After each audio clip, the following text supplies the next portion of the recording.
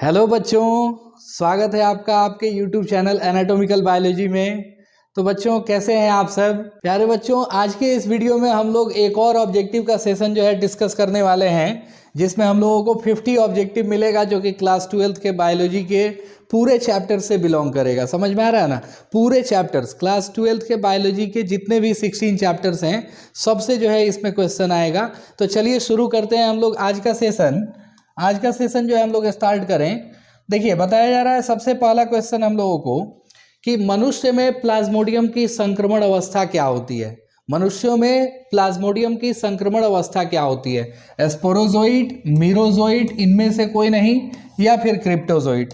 तो प्यारे बच्चों आप सभी इसका आंसर बताइए क्या होगा। उसके बाद मैं आपको आंसर देता हूं। आप सभी बताएं एक बार इसका आंसर क्या होगा। देखें ऑप्शन ध्यान से, मनुष्यों में प्लाज्मोडियम की संक्रमण अवस्था क्या होती है। तो देखें मनुष्यों में प्लाज्मोडियम की संक्रमण अवस्था होती है स्पोरोजोइट, है ना बच्चों। तो इसका सही आंसर हो जाएगा हमारा ऑप्शन नंबर 1। चलिए आगे हम लोग देखें, अगला क्वेश्चन जो है डिस्कस करते हैं। कहा जा रहा है ना कि पादपों में एम्फीबियन अर्थात उभय स्थानी किससे संबंधित है। उभय स्थानी का अर्थ हो गया कौन से पादप जगत के जीव हैं जिनको हम लोग उभयचर कहते हैं, जो जल में भी रह सकते हैं और स्थल पर भी रह सकते हैं। तो देखिए ऑप्शन हम लोगों को दिया है शैवाल, ब्रायोफाइट, टेरिडोफाइट और कवक। तो इसका सही आंसर जो हो जाएगा हम लोगों का वो हो जाएगा ब्रायोफाइट्स। ब्रायोफाइट्स को हम लोग पादप जगत का एम्फीबियन कहते हैं, है ना। एम्फीबियन यानी उभयचर कहा जाता है इनको पादप जगत का। तो इस क्वेश्चन का सही आंसर हो गया हम लोगों का ऑप्शन नंबर बी। आइए अगला सवाल हम लोग देखें नेक्स्ट क्वेश्चन जो हम लोगों को कहा गया है ना कि रोग के विरुद्ध प्रतिरोधकता किसके कारण होती है। इम्यूनोग्लोबुलिन के कारण, HLA प्रोटीन के कारण, प्रतिजन के कारण, या फिर हिस्टामिन के कारण। तो देखें इसमें सही आंसर हो जाएगा हम लोगों का इम्यूनोग्लोबुलिन, यानी किसी भी रोग के प्रति प्रतिरोधकता जो होती है वो इम्यूनोग्लोबुलिन के कारण ही होती है। हम लोगों ने पढ़ा है कि हमारे शरीर के अलग अलग भागों में अलग अलग प्रकार के इम्यूनोग्लोबुलिन होते हैं। लार में, पसीना में, आंसू में, वीर्य में, है ना। मतलब हर अलग अलग भाग में जो है इम्यूनोग्लोबुलिन पाए जाते हैं, जो एक तरह से बीमारियों से हमारी रक्षा करते हैं। तो इसका सही आंसर हो जाएगा ऑप्शन नंबर 1, है ना। चलिए अगला क्वेश्चन हम लोग देखें। नेक्स्ट क्वेश्चन जो हम लोगों को कहा गया है ना कि फाइलेरिया रोग का वाहक है। फाइलेरिया रोग का वाहक कौन है? नर क्यूलेक्स मच्छर, मादा एनाफिलीज मच्छर, नर एनाफिलीज मच्छर, मादा क्यूलेक्स मच्छर और मादा एनाफिलीज मच्छर। तो प्यारे बच्चों इस क्वेश्चन का सही आंसर जो है आप सभी बताएं क्या होगा। जैसा हम लोगों को पढ़ाया गया है कि नर मच्छर जो है वो नहीं काटते हैं, सिर्फ मादा मच्छर ही काटती हैं, अर्थात सिर्फ मादा मच्छर ही खून चूसती हैं, है ना। तो बताएं इसका सही आंसर क्या होगा, मादा क्यूलेक्स या फिर मादा एनाफिलीज। क्योंकि नर मच्छर तो होगा नहीं, ये दोनों ऑप्शन नहीं होगा इसका, है ना। इन दोनों में से कोई भी होगा। तो देखें हम लोग यहाँ रोग जो हम लोगों को दिया है फाइलेरिया रोग, ठीक है ना। फाइलेरिया जिसको हम लोग फील पाँव या हाथी पाँव भी कहते हैं, क्योंकि इसमें पैर में काफ़ी ज़्यादा सूजन हो जाती है ना। इसमें पैर जो है फूल के हाथी जैसा हो जाता है, इसलिए इसको फाइलेरिया कहा गया है। और एक और होता है मलेरिया। तो मलेरिया जो है वो हम लोगों ने पढ़ा है एनाफिलीज मच्छर के काटने से होगा, लेकिन ये जो फाइलेरिया होता है, फाइलेरिया होगा मादा क्यूलेक्स मच्छर के काटने से। तो प्यारे बच्चों इसका सही आंसर हो जाएगा हम लोगों का ऑप्शन नंबर सी, है ना। आज के सेशन में हम लोग जितना भी डिस्कशन कर रहे हैं क्वेश्चन, वो सब इम्पॉर्टेंट क्वेश्चन है, और इसमें मैंने वही क्वेश्चन रखा गया है जो एग्जाम में आने के 100% चांसेस है ना। इसलिए आप सभी ध्यान से इसको देखेंगे। और देखें कहा जाता है कि जो सही मेहनत होता है, सही दिशा में किया गया मेहनत जो है ना, वो कभी भी व्यर्थ नहीं जाता है। इस बात का एक बहुत बढ़िया उदाहरण है, आप ही के कोचिंग में एक बच्ची 9 से 10 के बैच में पढ़ती है, इसका नाम है रुखसाना अंसारी, है ना। तो रुखसाना अंसारी ने देखिए कितना अच्छा मेहनत किया हुआ है। इसने जितने भी ऑब्जेक्टिव्स अब तक मैंने यूट्यूब पे पढ़ाए हैं, अब तक मैंने जितना भी यूट्यूब पे ऑब्जेक्टिव जो है पढ़ाया है, ऑब्जेक्टिव का वीडियो मतलब अपलोड किया गया है, उस सब का जो है क्वेश्चन इसमें लिखा हुआ है। सबका क्वेश्चन लिख के और उसका सही आंसर क्या होगा वो इसने टिक किया है ना। तो प्यारे बच्चों आप सबसे भी रिक्वेस्ट है कि आप सब भी अपना माइंड अप्लाई करें। देखिए इसमें आइडिया कितना बेहतर लिया गया है कि उस बच्ची के मन में ये आइडिया आया कि भाई हमको क्वेश्चन लिखना चाहिए, और उसने ऐसा जो है पेपर तैयार किया है ना। इसमें सभी क्वेश्चंस का जो है आंसर दिया गया है, सभी क्वेश्चन को पहले लिखा गया है, जितना मतलब वीडियो बाय वीडियो जो है पढ़ाया गया है, और फिर उसका सही आंसर भी लिखा गया है ना। तो आप भी ऐसे आइडियाज़ डेवलप कर सकते हैं। तो चलिए आगे हम लोग डिस्कस करें। अगला क्वेश्चन जो है कहा गया हम लोगों को कि बढ़ता त्वचा कैंसर और उत्परिवर्तन दर की अधिकता किसके कारण होती है, किसके कारण होती है। मतलब स्किन कैंसर हो गया और हाई म्यूटेशन के चांसेस वो किसके चलते होते हैं। अम्लीय वर्षा, ओजोन परत में कमी, सीओ का प्रदूषण और CO2 का प्रदूषण, कार्बन डाइऑक्साइड और कार्बन मोनोऑक्साइड, इन चारों में से कौन सा इसका सही आंसर होगा। आप बताएं, आप बताएं इसका सही आंसर कौन होगा। अम्लीय वर्षा, ओजोन परत में कमी, सीओ प्रदूषण या CO2 प्रदूषण। देखिए प्यारे बच्चों, इसका सही आंसर हो जाएगा ओजोन परत में कमी, है ना। ओजोन परत में कमी, ओजोन डिप्लीशन के चलते ना ये चीजें, त्वचा का कैंसर और उत्परिवर्तन दर की अधिकता जो है देखने को मिल रही है ना। तो चलिए आगे हम लोग डिस्कस करें। अगला क्वेश्चन बताया जा रहा है हम लोगों को कि निम्न में से कौन विषाणु जनित रोग है। विषाणुओं से होने वाला रोग कौन है। पहला ऑप्शन फ्लू है, विषाणु से होता है।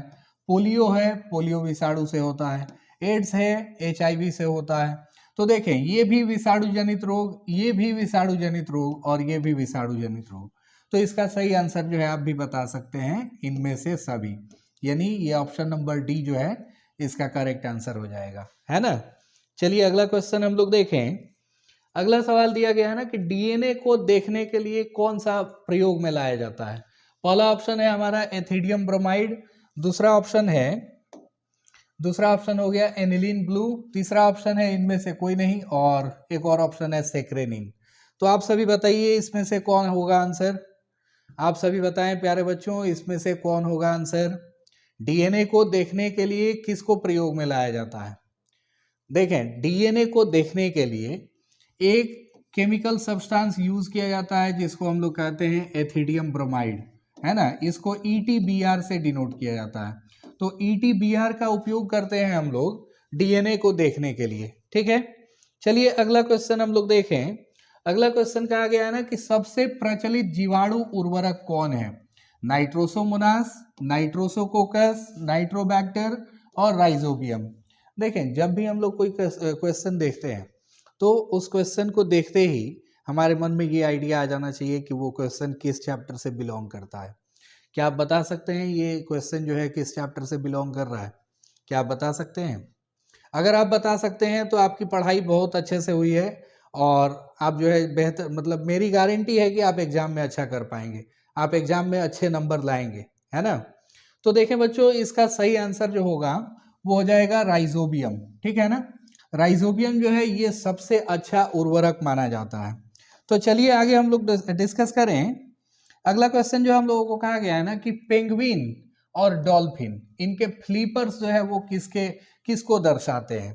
समजातता को दर्शाते हैं, अनुरूपता को, दोनों को, या कोई नहीं।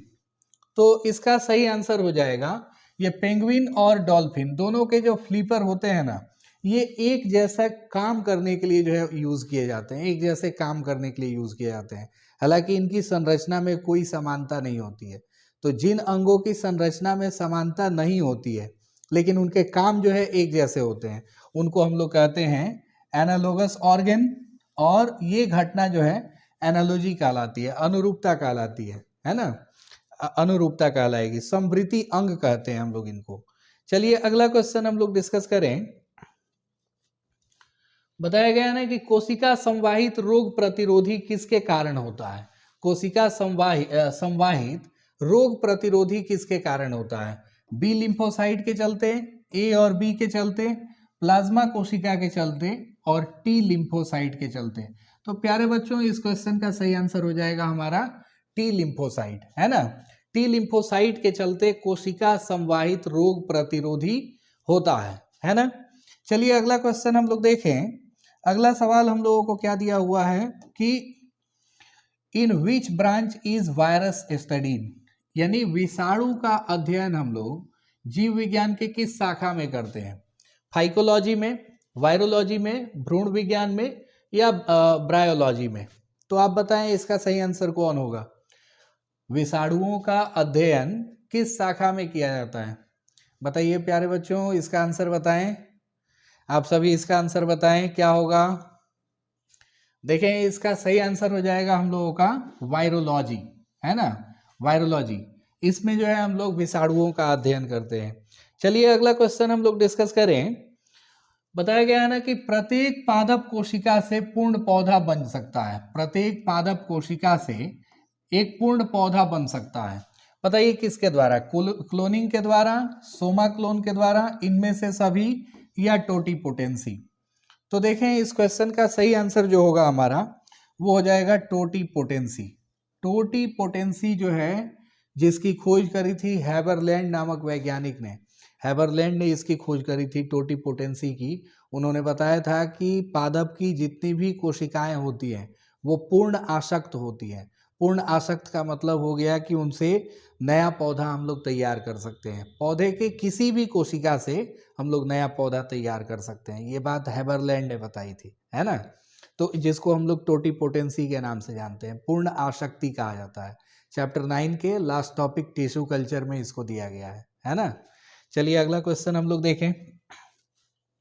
अगला सवाल हम लोगों को कहा जा रहा है ना कि इम्यून डेफिशिएंसी सिंड्रोम किसके कारण विकसित हो सकते हैं? इम्यून डेफिशिएंसी सिंड्रोम किसके कारण विकसित हो सकते हैं? लीवर खराब के चलते, एड्स विषाणु के चलते, दोषपूर्ण थाइमस के चलते और दुर्बल प्रतिरक्षा तंत्र के चलते?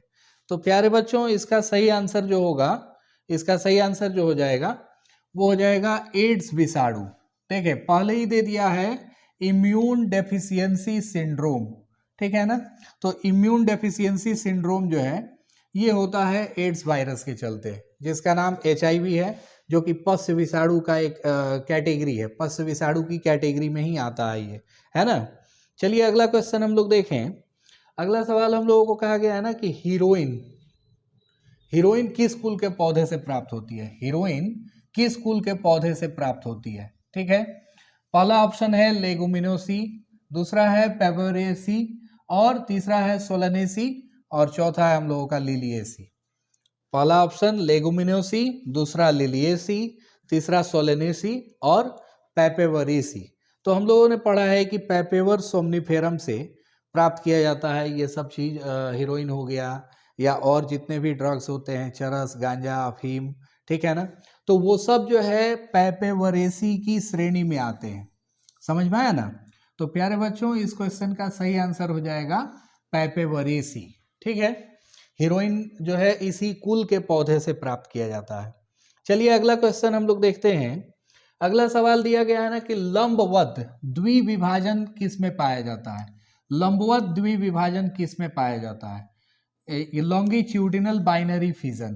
पहला ऑप्शन है अमीबा, दूसरा है पैरामीशियम, तीसरा यूग्लिना, चौथा कोई नहीं। तो प्यारे बच्चों इस क्वेश्चन का सही आंसर आप ढूंढेंगे तो आपको पता चलेगा कि यूग्लिना में लंबवत द्विविभाजन पाया जाता है। तो इस क्वेश्चन का सही आंसर हो जाएगा हम लोगों का यूग्लिना, है ना। चलिए अगला क्वेश्चन हम लोग देखें। अगला सवाल कहा जा रहा है ना कि पराग भित्ति होती है, पराग भित्ति कैसी होती है? पॉलन वॉल कैसा होता है? ये क्वेश्चन हम लोगों ने कई बार पढ़ा है। पराग भित्ति जो होती है ना ये द्विस्तरीय होती है। पराग भित्ति पर 2 स्तर पाए जाते हैं, है ना। तो इस क्वेश्चन का सही आंसर हो जाएगा 2 लेयर्ड, ठीक है ना। 2 स्तरीय होती है, एक एक्साइन होता है और एक इंटाइन होता है। चलिए अगला क्वेश्चन हम लोग देखें। अगला सवाल हम लोगों को कहा गया है ना कि एड्स किसके कारण होता है? एड्स किसके कारण होता है? What causes AIDS? सहायक टी कोशिकाओं की संख्या घटने से, या फिर घातक टी कोशिकाओं की संख्या घटने से, या फिर स्व प्रतिरक्षा के कारण, या फिर इंटरफेरॉन के अनुत्पादन के कारण? तो प्यारे बच्चों आप सभी को इसका आंसर पता होगा, क्लास में पढ़ाया भी गया है। तो बताइए आप इसका सही आंसर क्या होगा? एड्स किसके कारण होता है, किसकी संख्या घटने के कारण होता है? देखें इसका सही आंसर हो जाएगा सहायक टी कोशिका, है ना। जब सहायक टी कोशिकाओं की संख्या घटने लगती है इसके चलते एड्स होता है ना। तो इसका सही आंसर हो जाएगा सहायक टी कोशिकाओं के घटने के कारण। चलिए अगला क्वेश्चन हम लोग देखें। अगला सवाल हम लोगों को दिया गया है ना कि RNAi तकनीक का प्रयोग जो है किन रोगाणुओं को नियंत्रित करने में किया जाता है, किस पौधे में किया जाता है। पहला ऑप्शन है तंबाकू के पौधे में, दूसरा है आम के पौधे में, तीसरा है पॉपी के पौधे में और चौथा है आलू के पौधे में। RNA इंटरफेरेंस टेक्निक का यूज किस में किया जाता है ना, किन पौधों को ठीक करने में किया जाता है। तो बच्चों हम लोगों को पढ़ाया गया है कि टोबैको तंबाकू के पौधे को मेलेडोगाइन इनकॉग्निशिया से बचाने के लिए RNAi टेक्निक का उपयोग किया जाता है। तो प्यारे बच्चों इस क्वेश्चन का सही आंसर हो जाएगा हमारा तंबाकू के पौधे में RNAi टेक्निक का यूज हम लोग करते हैं, है ना। चलिए अगला क्वेश्चन हम लोग देखें। अगला सवाल हम लोगों को दिया गया है ना कि परागकण मुख्यतः क्या है। पहला ऑप्शन है स्पोरोफाइट, दूसरा है युग्मक, तीसरा है इनमें से कोई नहीं, चौथा है नर युग्मक। तो युग्मक जो है कहने का मतलब हो गया कि इसके अंतर्गत दोनों आ जाएंगे, इसके अंतर्गत मादा युग्मक भी आ जाएगी, इसके अंतर्गत नर युग्मक भी आएगा। तो ये ऑप्शन हम लोग लगा नहीं सकते हैं सही, इनमें से कोई नहीं होगा नहीं, स्पोरोफाइट है नहीं, परागकण जो है स्पोरोफाइट नहीं होते हैं। तो एक ऑप्शन हमारा बच जा रहा है जो कि सही आंसर होगा नर युग्मक। परागकण जो होते हैं ना ये मुख्यतः नर युग्मक ही होते हैं। चलिए अगला सवाल हम लोग देखें। अगला सवाल कहा गया है ना कि ग्राम पॉजिटिव और ग्राम निगेटिव बैक्टीरिया में मुख्यतः अंतर होता है किस में, उसके कोशिका झिल्ली में, दूसरा ऑप्शन जो है देखें, उसके कोशिका झिल्ली में, उसके प्लाज्मिड में, उसके पिलाई में या फिर उसके फ्लैजेला में। तो प्यारे बच्चों ग्राम ने बैक्टीरिया को स्टेनिंग के बाद बताया था कि बैक्टीरिया दो तरह के होते हैं। जीवाणुओं का अभिरंजन करके उन्होंने बताया था कि जीवाणु दो प्रकार के होते हैं, जो अभिरंजित हो जाते हैं वो ग्राम धनात्मक और जो अभिरंजित नहीं होते हैं वो ग्राम ऋणात्मक। तो अभिरंजित होने का मतलब हो गया कि उनकी कोशिका झिल्ली जो है वो कलर को एब्जॉर्ब कर लेती है। तो ग्राम धनात्मक और ग्राम ऋणात्मक जीवाणु जो होते हैं ना इनकी कोशिका झिल्ली में अंतर होता है ना, कोशिका झिल्ली में अंतर होता है। तो इस क्वेश्चन का सही आंसर हो जाएगा हमारा ऑप्शन नंबर बी, है ना। चलिए अगला क्वेश्चन हम लोग देखें। अगला सवाल दिया गया है ना कि कान्हा राष्ट्रीय उद्यान प्रसिद्ध है। ये देखें बच्चों ये बहुत ही VVI क्वेश्चन है और क्लास में हम लोग पढ़ते समय करीब करीब जो है 10 नाम ऐसे लिखे थे। भारत में जो है करीब करीब 10 जो है अभयारण्यों के नाम हम लोग लिखे थे, राष्ट्रीय उद्यानों के नाम लिखे थे, जिनमें से किसी एक का जो है हर साल पूछता है, आपको मैंने बताया था। तो देखें इसमें सबसे पहले जो है हम लोगों को पूछा गया है कि कान्हा राष्ट्रीय उद्यान किसके लिए फेमस है। तो पहला ऑप्शन है चिड़ियों के लिए, दूसरा है तेंदुओं के लिए, चौथा है घड़ियाल के लिए और तीसरा जो कि सही है वो है बाघों के लिए, है ना। कान्हा राष्ट्रीय उद्यान ये बाघों के लिए प्रसिद्ध है, ठीक है। चलिए अगला क्वेश्चन हम लोग देखें।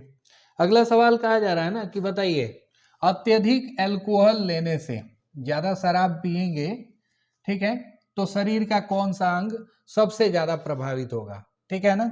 ज्यादा शराब पीने से शरीर का कौन सा अंग खराब होता है ये हम लोगों को बताना है, ठीक है ना। पहला ऑप्शन दिया है फेफड़ा, दूसरा है यकृत, तीसरा है अमाशय, चौथा है प्लीहा। आप बताइए इसका सही आंसर क्या होगा, क्योंकि आप लोग देखते हैं अधिकतर जो है लोगों को शराब पीते हुए, जो लोग शराबी होते हैं उनका सबसे पहले कौन सा अंग खराब होता है, बताएं प्यारे बच्चों, बताइए इसका सही आंसर क्या होगा।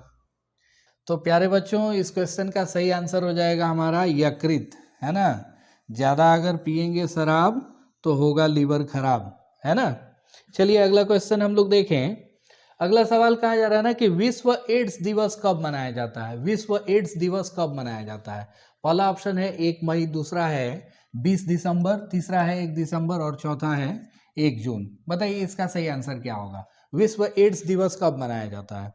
विश्व एड्स दिवस प्यारे बच्चों मनाया जाता है 1 दिसंबर को, है ना। हर साल 1 दिसंबर को विश्व एड्स दिवस मनाया जाता है, जिसमें लोगों को एड्स बीमारी से बचने के लिए जागरूक किया जाता है ना। चलिए अगला क्वेश्चन देखें हम लोग। कहा जा रहा है ना कि जैव गैस उत्पादन में प्रयुक्त जीवाणु का समूह है। कौन से जीवाणु जैव गैस के उत्पादन में सहायक होते हैं? Eubacteria, methanotroph, organotroph, methanogen. तो देखें, बायोगैस जो होता है ना, बायोगैस प्रोडक्शन में यानी जैव गैस उत्पादन में सबसे उपयुक्त जो जीवाणुओं का समूह है वो होते हैं प्यारे बच्चों मिथेनोजेन। समझ में आया ना, मिथेनोजेन। तो इस क्वेश्चन का सही आंसर हो जाएगा मिथेनोजेन। मिथेनोजेन का सबसे बड़ा रोल होता है जैव गैस उत्पादन में, है ना। चलिए अगला क्वेश्चन हम लोग देखें। अगला सवाल कहा गया है ना कि जंतु कोशिका में बताइए क्या नहीं पाया जाता है?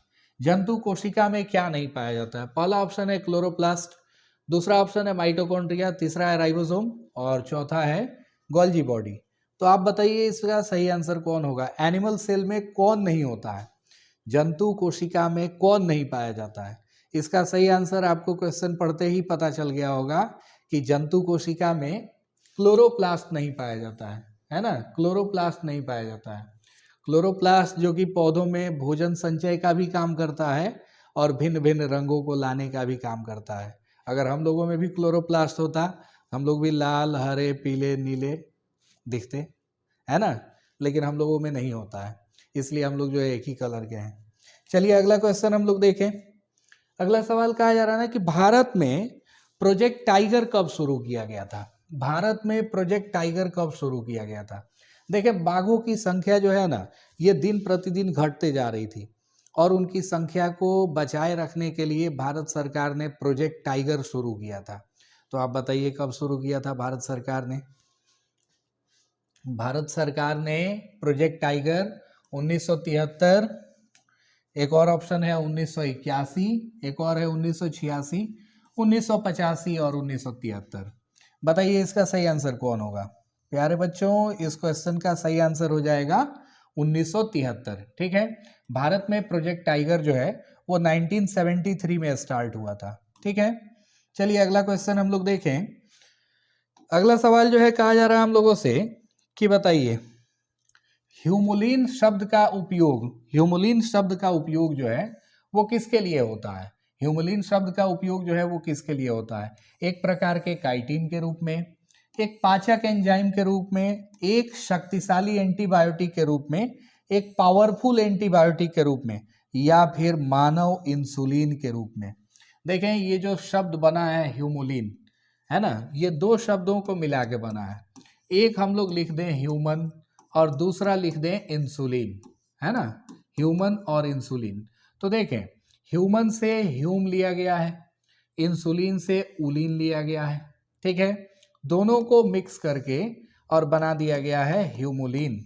तो अब आप समझ सकते हैं कि ये किसके लिए प्रयोग होता है? ह्यूमुलिन शब्द का प्रयोग किसके लिए होता है? ह्यूमन इंसुलिन, ह्यूमन इंसुलिन यानी मानव इंसुलिन के रूप में। तो इस क्वेश्चन का सही आंसर हो जाएगा हमारा ऑप्शन नंबर डी, है ना। चलिए अगला क्वेश्चन हम लोग देखें। अगला सवाल जो है हम लोगों को कहा गया है ना कि बताइए ओपियम या अफीम जो है वो किससे प्राप्त होता है? अफीम किससे प्राप्त होता है? Thea sinensis, Coffea arabica, Papaver somniferum, Oryza sativa. आप लोगों को इसका आंसर पता होगा अच्छे से, किससे जो है अफीम प्राप्त होता है? अफीम जो है ये हम लोगों को पेपेवर सोमनिफेरम से प्राप्त होता है ना। अफीम की खेती पूरे विश्व में सबसे ज़्यादा अफगानिस्तान में की जाती है ना। अफगानिस्तान के किसान सबसे ज़्यादा अफीम उगाते हैं। ठीक है, तो इस क्वेश्चन का सही आंसर हो गया हम लोगों का ऑप्शन नंबर डी। चलिए अगला क्वेश्चन देखें। बताया जा रहा है ना कि आप बताइए सुंदरवन का संरक्षित जैव मंडल भारत के किस राज्य के अंतर्गत है? बिहार में है, असम में है, उत्तर प्रदेश में है या पश्चिम बंगाल में है? सुंदरवन कहाँ है बताइए? आप सभी बताइए प्यारे बच्चों, इसका आंसर क्या होगा? सुंदरवन कहाँ स्थित है? सुंदरवन किधर है? आप बताइए इसका सही आंसर क्या होगा? सुंदरवन प्यारे बच्चों ये पश्चिम बंगाल में है। पश्चिम बंगाल, वेस्ट बंगाल में सिचुएटेड है ना। वेस्ट बंगाल में, जहाँ पे सबसे फेमस रॉयल बंगाल टाइगर पाए जाते हैं, सफेद बाघ पाए जाते हैं, है ना। तो चलिए अगला क्वेश्चन हम लोग देखें। अगला सवाल कहा जा रहा है ना कि पेनिसिलियम नामक कवक में अलैंगिक जनन जो है वो मुख्य रूप से किसके द्वारा होता है? तो हम लोगों को पढ़ाया गया है पेनिसिलियम में जो अलैंगिक जनन होता है वो होता है कोनिडिया के द्वारा।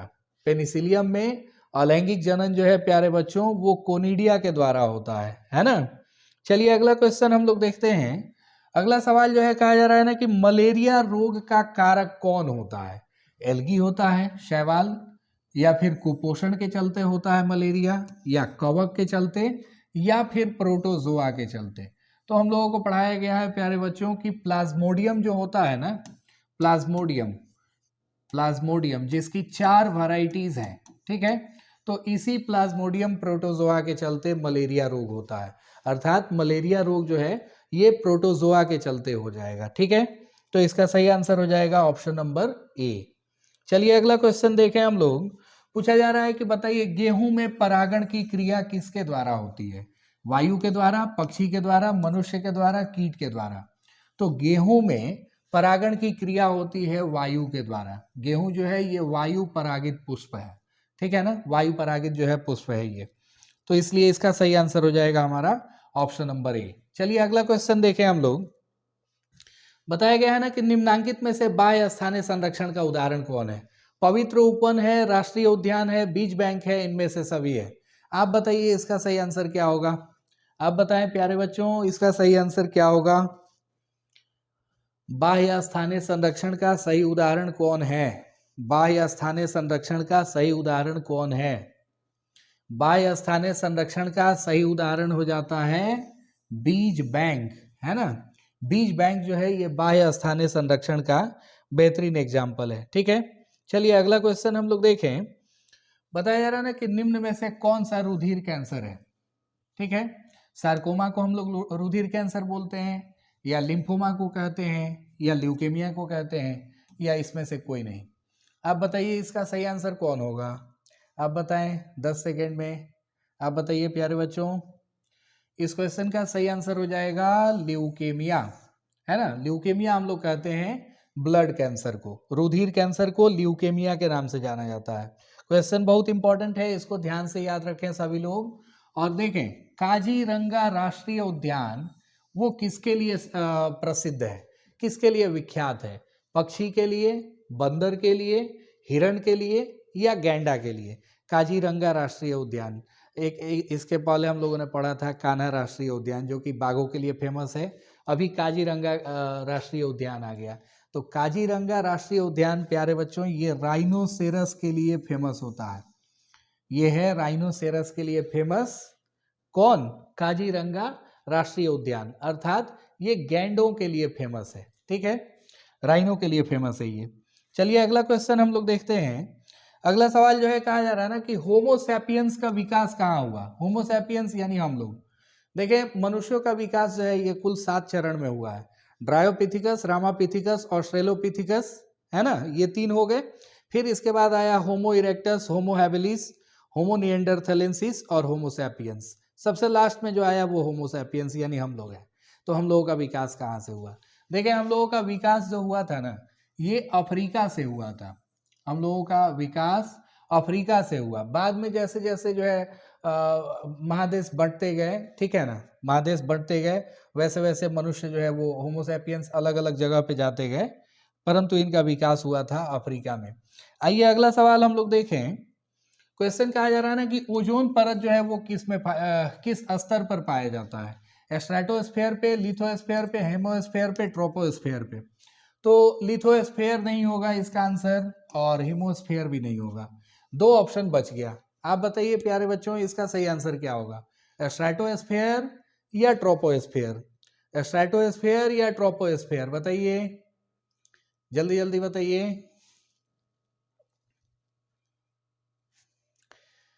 देखें ओजोन परत जो है ये हम लोगों को मिलेगा स्ट्रेटोस्फेयर में। ओजोन परत स्ट्रेटोस्फेयर में मिलता है प्यारे बच्चों। चलिए अगला क्वेश्चन हम लोग देखें।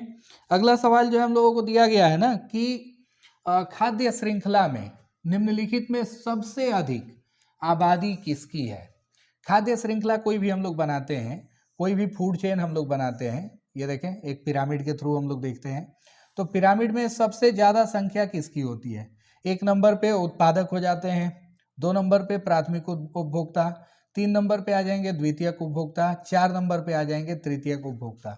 तो बताइए किसकी संख्या सबसे ज्यादा? ये देखें, ये वाला क्षेत्रफल सबसे अधिक है, अर्थात इसकी संख्या यानी उत्पादकों की संख्या सबसे ज्यादा होती है। तो किसी भी पारितंत्र में हम लोग चले जाएं, उत्पादकों की संख्या बहुत अधिक होगी, उत्पादकों की संख्या ज्यादा होती है। हाँ, लेकिन एक जगह को छोड़ के, अगर हम लोग समुद्र के पारितंत्र में जाते हैं तो वहां पे पादप प्लवकों की संख्या जो होती है वो कम होती है, जंतु प्लवकों की संख्या थोड़ी ज्यादा होती है ना। चलिए अगला क्वेश्चन हम लोग देखें। अगला सवाल जो है दिया गया हम लोगों को कि ऑर्थोट्रोपस बीजांड निम्नांकित में से किस में पाया जाता है? पाइसम सेटाइवम में, हेलियंथस अनुअस में, सोलेनम नाइग्रम में या पॉलीगोनम में? देखें, ऑर्थोट्रोपस बीजांड जो होता है ना, ये पॉलीगोनम टाइप में पाया जाता है। ऑर्थोट्रोपस बीजांड में ये तीनों एक सीध में होते हैं, अर्थात एंटीपोडल्स, केंद्रीय कोशिका और अंड उपकरण, ये तीनों जो है एक सीध में होते हैं, इसलिए इसको हम लोग ऑर्थोट्रोपस बीजांड कहते हैं। तो ऑर्थोट्रोपस बीजांड जो है ये पाया जाता है पॉलीगोनम प्रकार में, है ना। चलिए अगला क्वेश्चन हम लोग देखें। अगला सवाल जो है हम लोगों को कहा गया है ना कि पारिस्थितिकी तंत्र शब्द के उपयोग का श्रेय किसको दिया जाता है? पारिस्थितिकी तंत्र शब्द के उपयोग का श्रेय किसको दिया जाता है?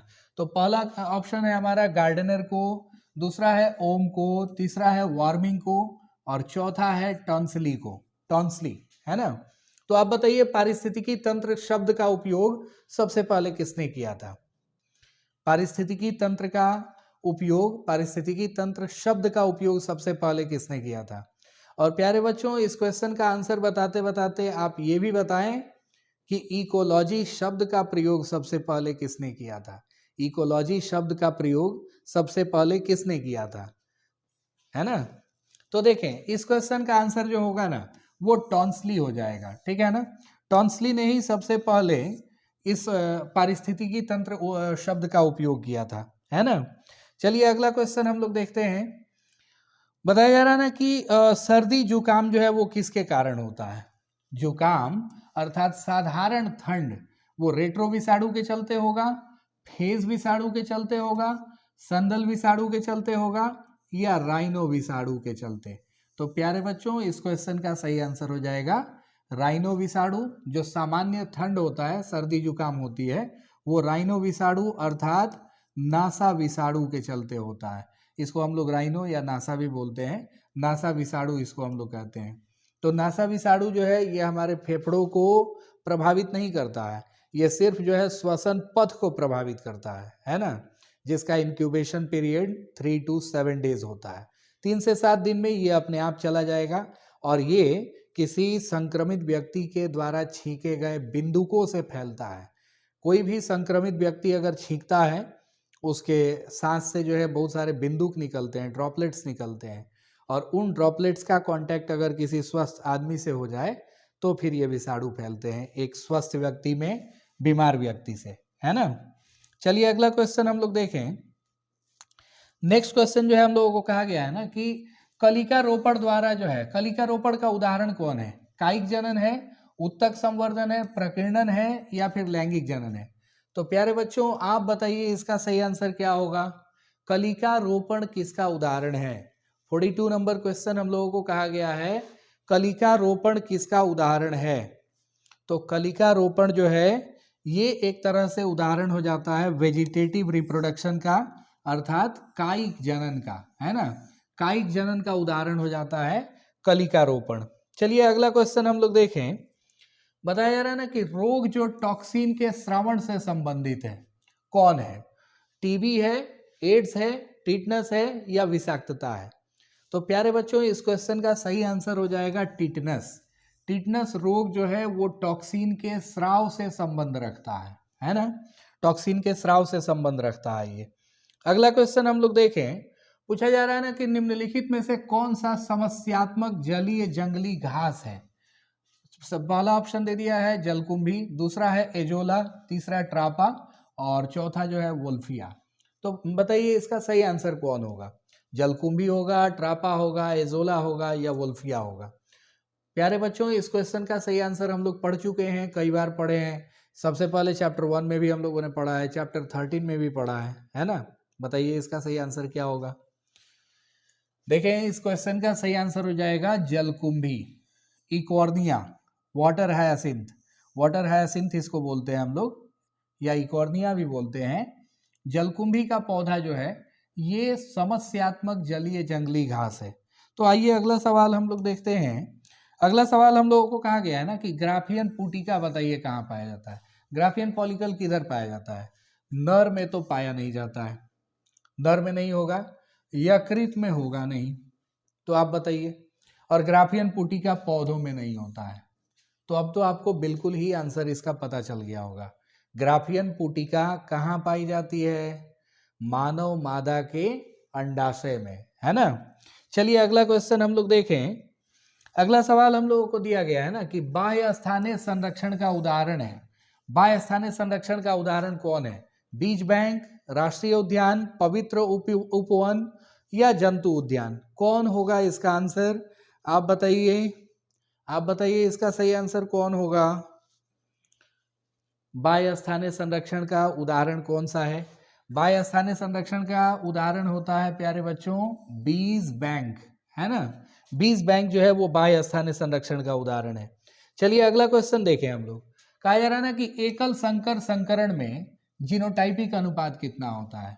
एकल संकर संकरण में जीन प्रारूप का अनुपात कितना होता है, ये हम लोगों को बताना है।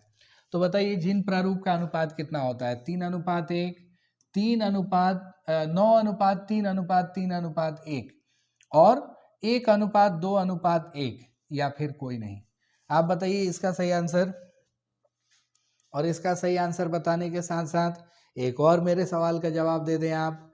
एक और मेरा क्वेश्चन ये है कि द्विसंकर संकरण में जीनोटाइपिक अनुपात कितना होता है।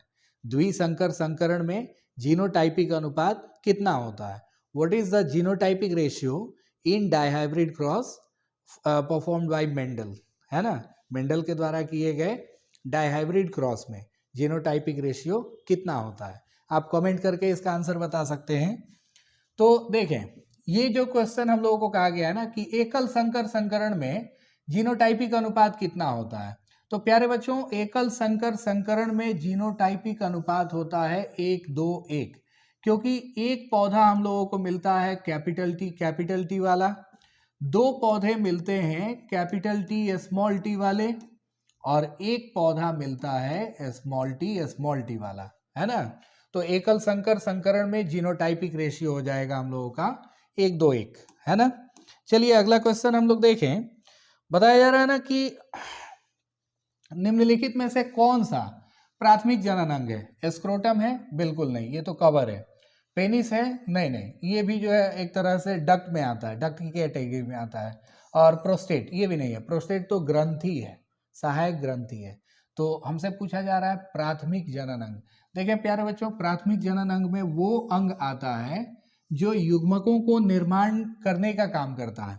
तो युग्मकों को निर्मित करने का काम वृषण करता है ना, टेस्टिस करता है, इसलिए इसका सही आंसर हो जाएगा वृषण। ठीक है, चलिए अगला क्वेश्चन हम लोग देखें। अगला सवाल जो है कहा जा रहा है ना हम लोगों से कि कर्नाटक में बांदीपुर स्थल है, बताइए किसके लिए फेमस है। हाथियों के लिए है, हंगूल के लिए, मोर के लिए, या फिर चीतों के लिए। कर्नाटक का बांदीपुर स्थल जो है वो किसके लिए फेमस है। बांदीपुर, बताइए आप इसका सही आंसर क्या होगा। बांदीपुर कर्नाटक। देखिए सबसे पहले जो है कर्नाटक जो राज्य है, कर्नाटक हो गया, केरल हो गया, तमिलनाडु हो गया, साउथ इंडिया के जितने भी स्टेट्स हैं वहाँ पे सबसे ज़्यादा फेमस हाथी होती है ना। और केरल का तो एम्ब्लेम भी जो है एक तरह से लगाया गया है, हाथी, 2 हाथी जो है उसके एम्ब्लेम में है, राज्य के प्रतीक में है। ठीक है, तो इसलिए इस क्वेश्चन का सही आंसर हो जाएगा हमारा हाथियों के लिए। ठीक है, कर्नाटक का बांदीपुर स्थल जो है ये हाथियों के लिए फेमस है। चलिए आज के लिए अंतिम क्वेश्चन हम लोग देखें। कहा जा रहा है ना कि निम्न में से कौन सा रासायनिक पदार्थ ओजोन के परत पर असर डालता है। क्लोरोफ्लोरोकार्बन, क्लोरीन, हेक्साफ्लोरोकार्बन या मोलेकुलर कार्बन। कौन है जो ओजोन के परत पर असर डालता है। तो प्यारे बच्चों, हम लोगों को अभी तक पता है कि ओजोन के परत पर सबसे ज्यादा असर डालने वाला होता है CFC, है ना। CFC जो है वो सबसे ज्यादा असर डालता है। क्लोरोफ्लोरोकार्बन जो है ये सबसे ज्यादा प्रभावित करता है हमारे ओजोन परत को, है ना। तो बच्चों, ये था आज का हमारा सेशन। इसके बाद जो है अब हम लोग मिलेंगे फिर अगले वीडियो में, जिसमें एक और सीरीज जो है हम लोग डिस्कस करेंगे। और 1 तारीख तक आप मेरे YouTube चैनल से लगातार जुड़े रहें, अगर आप बायोलॉजी में 90% से भी एबव मार्क्स चाहते हैं तो। क्योंकि प्यारे बच्चों, पिछले साल भी एनाटॉमिकल बायोलॉजी ने उत्तर प्रदेश की एक परीक्षा में बेहतरीन रिजल्ट दिया था, जिसमें एक बच्ची ने 97 मार्क्स अचीव किए थे यूपी बोर्ड से एग्जाम देके। यूपी की लड़की थी, 97 मार्क्स उसका आया था, है ना। तो अपनी तैयारी जो है हमेशा बेहतरीन रखें और मेरे यूट्यूब चैनल के साथ जुड़े रहें। आप औरों को भी जो है जोड़ें और सबको जो है वीडियो शेयर करते रहें, चैनल पे अपना प्यार दिखाते रहें। Thank you.